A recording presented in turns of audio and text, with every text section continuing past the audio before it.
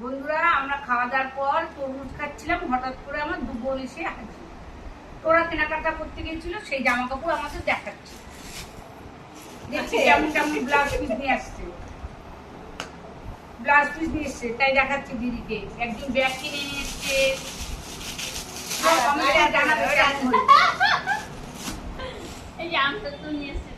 আবার বানানো আমসত্ব নিয়ে এসছে আমার জন্য। দারুণ আমসত্বটা খেতে।